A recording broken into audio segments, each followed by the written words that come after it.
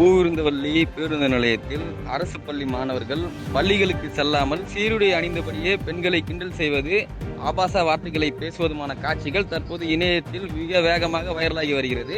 காலை 10:30 மணியை தாண்டியும் கூட மாணவர்கள் பள்ளிக்கு செல்லாமல் மக்கள் முகம் சுடிக்கும் அளவில் பேருந்து நிலையத்தை சுற்றித் திரிவது வாடிக்கையாக உள்ளது என இப்பகுதி வாழ் மக்கள் தெரிவிக்கின்றனர். காவல்துறையினர் மற்றும் பள்ளி நிர்வாகம் இது சம்பந்தமாக தற்போது வரை எவ்வித நடவடிக்கையும் எடுக்கப்படவில்லை என கூறப்படுகிறது. எனவே உடனடியாக காவல்துறை மற்றும் சம்பந்தப்பட்ட அதிகாரிகள் மாணவர்கள் இவ்வாறு சுற்றித் திரிவதை கட்டுப்படுத்த வேண்டும் என கோரிக்கையும் எழுந்துள்ளது.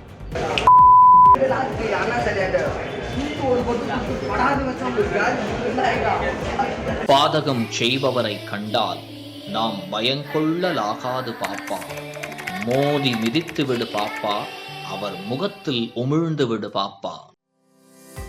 அண்மை செய்திகளை உடனுக்குடன் தெரிந்து கொள்ள இணைந்திருங்கள் இயம்நாடு தொலைக்காட்சியுடன்.